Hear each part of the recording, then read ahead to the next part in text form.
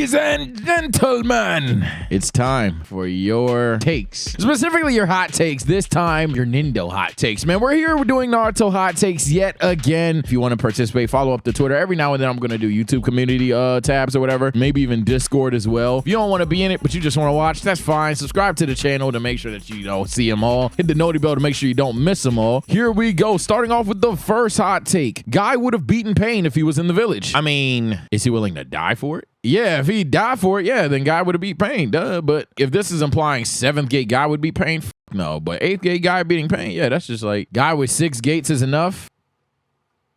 All right, next take. Talk no Jutsu fits perfectly with the themes of the story. Actually agree. He got me, I agree. Despite how corny it can come off, Talk no Jutsu from Naruto makes a ton of sense. Especially when it comes to how the antagonists of Naruto are essentially Naruto gone wrong. So I actually agree. Talk no Jutsu actually does fit with this. Danzo is misunderstood. Yes, he did a lot of shady things behind the scenes, Shisui, but for the most part, he did the dirty work needed to keep the village intact. A lot of the things he did should have been handled by Hiruzen, but he's too soft, so he pawned it off to Danzo. Danzo is one of those guys. He's gonna get the Thanos stamp of approval by people. Danzo is a bastard. What he did to the Uchiha, hell, the extents that the Anbu was going to, raising children to just not have souls, no. Sakura is a more important character in terms of how storyline progresses than Sasuke. No, she ain't. Let's uber gaslight everything Sakura means to the story. She makes Naruto and Sasuke desire perfect chakra control. She makes Naruto want to save Sasuke. I'm hyping it. She masters medical ninjutsu and rivals the 5th Hokage. She takes out an Akatsuki member. Essentially played a vital role in resurrecting 2 Jinchuriki in Gaara and Naruto. She masters medical ninjutsu and rivals the 5th Hokage. I think that's the most I could do. Oh, and played a vital role in defeating Kaguya. I have 6 major plot points about Sakura. Some of you guys are already knowing that I'm boosting it up. Let's just take Sasuke at face value. Let's not even emphasize Sasuke. Take Sasuke at face value. Rival to Naruto Uzumaki, one of the well-known last survivors of the Uchiha clan, pushes the secret weapon to their limit in Gaara. Intrigues Orochimaru. His departure from the village deeply affects Sakura, who you think is more important than Sasuke. So that's another one. Kills Itachi. Takes out Akatsuki member himself in Deidara, kills Danzo, challenges the 5 Kage, and essentially starts a war. Hey, I know Obito declared it, but hey, the battle line was drawn there. Beat Kaguya, battles Naruto, and ends the cycle of hatred. Mind you, I'm probably missing literally 10 more things if I really had to get into my bag, but no, bro. This is a take just for takes. Sakura fans, look, man, y'all exist and that's fine, but y'all get cringe when y'all go to lengths like that. Itachi is overrated. Okay, so here's the thing. In terms of power,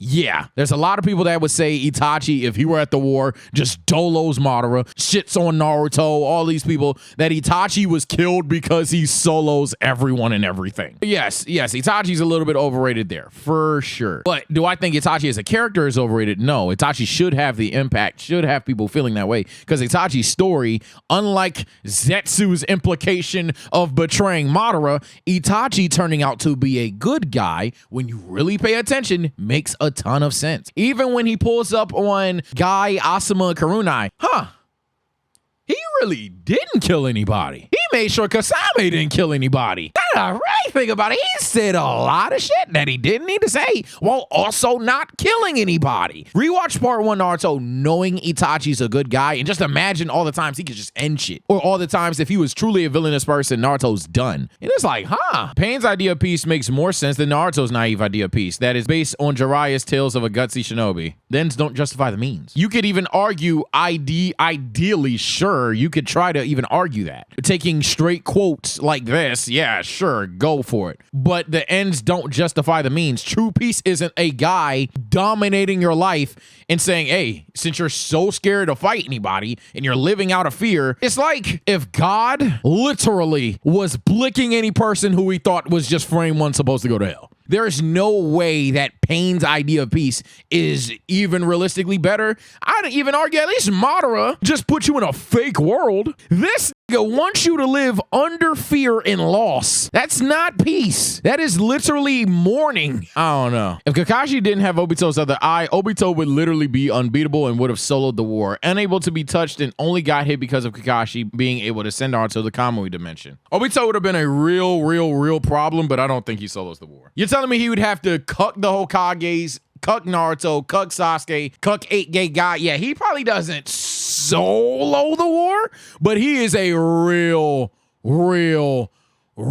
big deal. A scary big deal. This isn't a bad take. This actually isn't a bad take. I'm actually very much thinking he possibly could and he possibly couldn't. It depends. If you mean but taking it at face value, solos, no. Now, him and Madara, shit.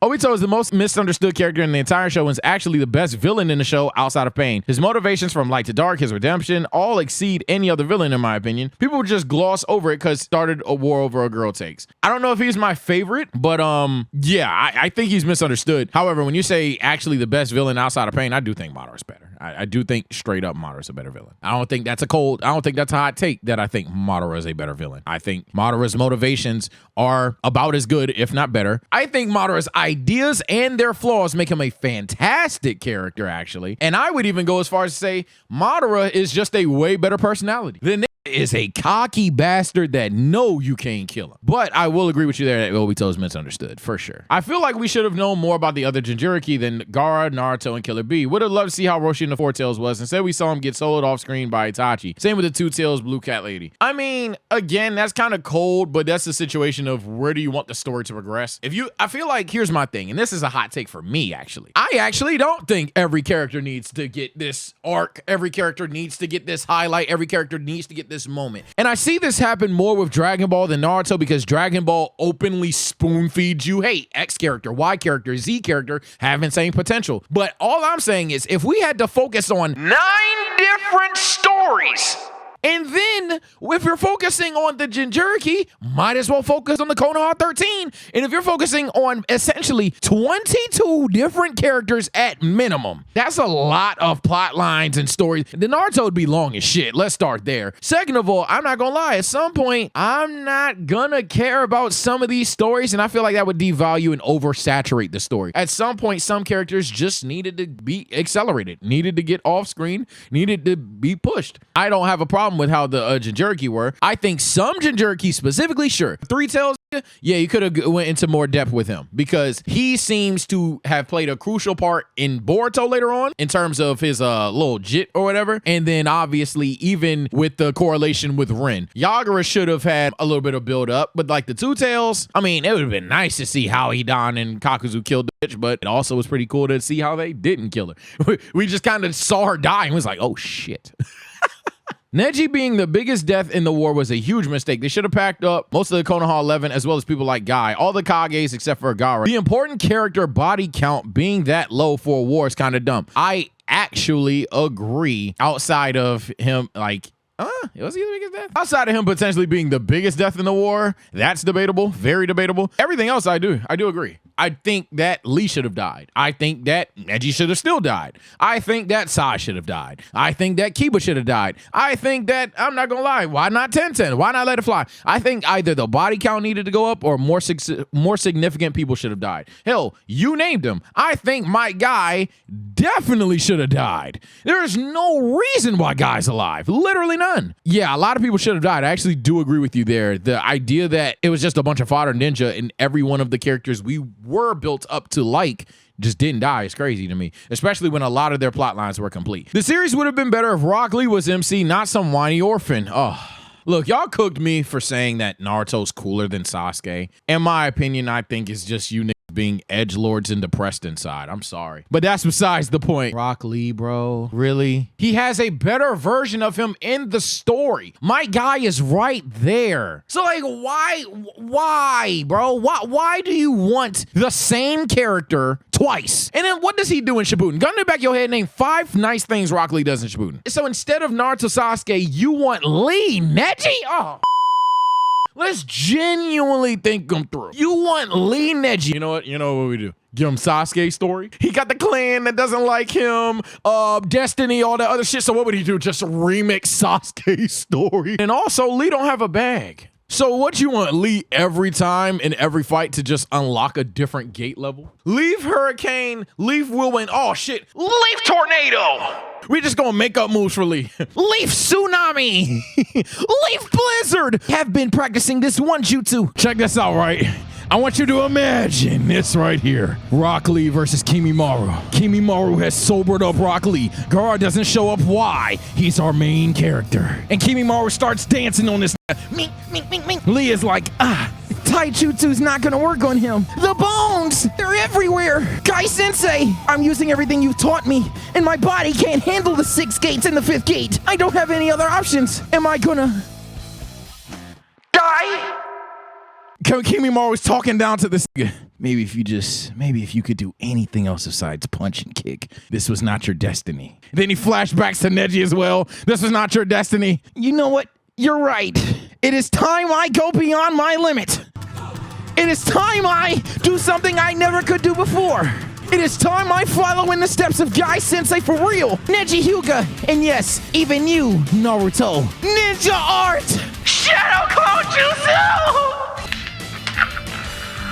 Rock Lee gave it all he had, cut up, bruised. The shadow clone disappears. Both fighters are laid out. Lee gets to his feet, falls, stumbles a bit, then stands up, unconscious.